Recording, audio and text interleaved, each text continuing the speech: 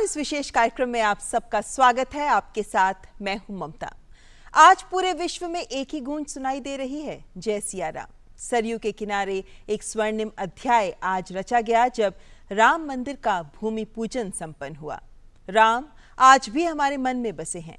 हमारी संस्कृति का आधार है श्री राम और हमारी संस्कृति का ये आधुनिक प्रतीक बने, इसके लिए उनके जीवन को भी जानना अत्यंत जरूरी है। बुराई पर अच्छाई की विजय पाने के अपने संदेश के साथ रामायण की बात करें तो ये सदियों से भारतीय संस्कृति के महाकाव्यों में से एक रही है। इसी काव्य को समय के साथ दुनिया के अलग अलग हिस्सों में कवियों ने, विद्वानों ने, कहानीकारों ने प्रचलित किया।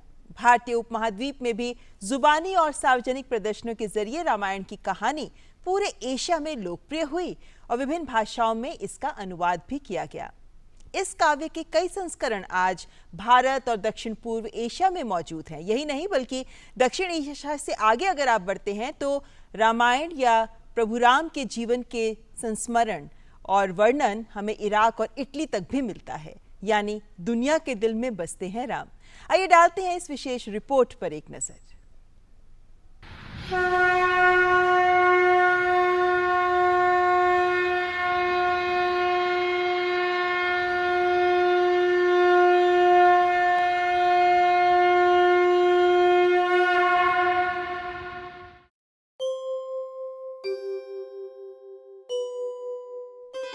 श्री राम श्री राम। सदियों से रामायण ने धार्मिकता के आधार पर भारत और दुनिया को भाईचारे के सूत्र में बांधने में मदद की है।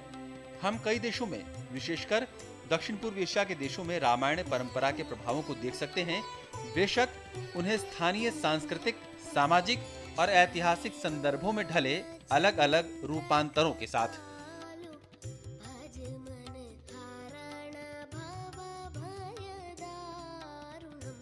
इस महाकाव्य के कंबोडियाई, इंडोनेशियाई, थाई, लाओ, बर्मी, फिलिपिनो और मलेशियाई संस्करण भी हैं।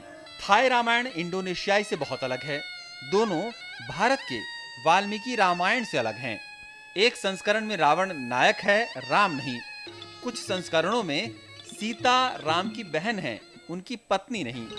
मलय रामायण हिकायत श्री राम और लाओ संस्करण फ्रालक फ्रालाम लक्ष्मण को नायक बनाते हैं और राम को उनके करीबी सहयोगी। आइए रामायण के कुछ संस्करणों पर एक नजर डालें। कंबोडिया। माना जाता है कि रामायण 7वीं शताब्दी के आसपास कंबोडिया में आई थी। इसका शीर्षक रायमेकर है, जिसका अर्थ कंबोडियन भाषा में ग्लोरी टू राम है। रीमेकर हनुमान के चरित्र पर अधिक जोर देता है।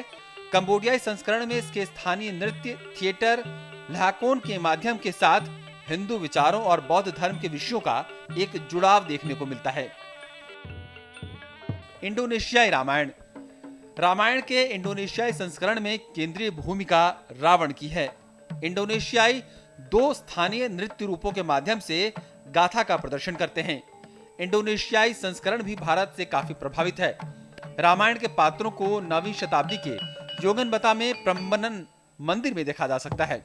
भारत और इंडोनेशिया के बीच 70 सालों के कूटनीतिक संबंधों को चिन्हित करने के लिए जकार्ता ने रामायण पर एक विशेष स्मारक डाक टिकट भी जारी किया था, जिसमें जटायु को सीता को बचाने के लिए रावण के साथ बहादुरी से लड़ते हुए दिखाया गया था। लाओ संस्करण। रामायण के लाओ में आने के साथ पौराणिक कथाओं और बौद्ध धर्म के प्रभाव वाले चरित्रों की भूमिका बढ़ जाती है। यहाँ काव्य का शीर्षक 2 भाइयों के नाम पर रखा गया है, लक्ष्मण फ्रालक और राम फ्रालाम। कहानी के लाओ संस्करण में फ्रालक फ्रालाम राम को स्थानीय लोगों के अनुसार बुद्ध का पिछला पुनर्जन्म माना जाता है। इसकी वजह देश में बौद्ध धर्म में गहरे विश्वास को माना जा सकता है। रामायण के मलेशियाई संस्करण को हिकायत श्री राम या Chronicle of the great Ram कहा जाता है। इसका वर्णन कठपुतली छाया के माध्यम से किया जाता है। मलय संस्करण अपनी मौलिकता बनाए रखता है, लेकिन थोड़े बदलाव यहाँ भी देखे जा सकते हैं। यहाँ राम एक सदाचारी पर अक्सर कमजोर के रूप में चित्रित किए जाते हैं, जबकि उनके भाई लक्ष्मण मुख्य किरदार हैं और साहसी भी। राम और सीता की कहानी को पारंपरिक नृत्य नाटक माक युंग के माध्यम से भी बताया गया है। म्यांमार।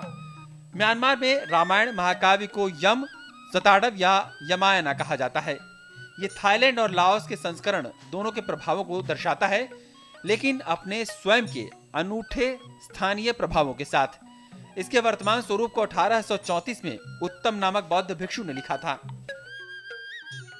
फिलीपींस। ऐसा माना जाता है कि रामायण 17वीं से 19वीं शताब्दी के बीच फिलीपींस में जावनी और मलेशियाई व्यापारियों के साथ आया। हालांकि इस पर भारत का व्यापक प्रभाव दिखता है।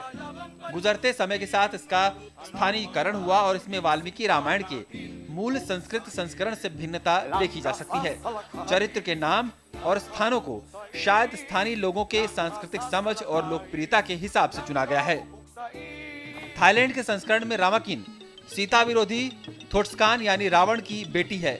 थोट्सकान के ज्योतिषी भाई फफेक ने भविष्यवाणी की है कि सीथी रावण की मृत्यु का कारण बनेगी।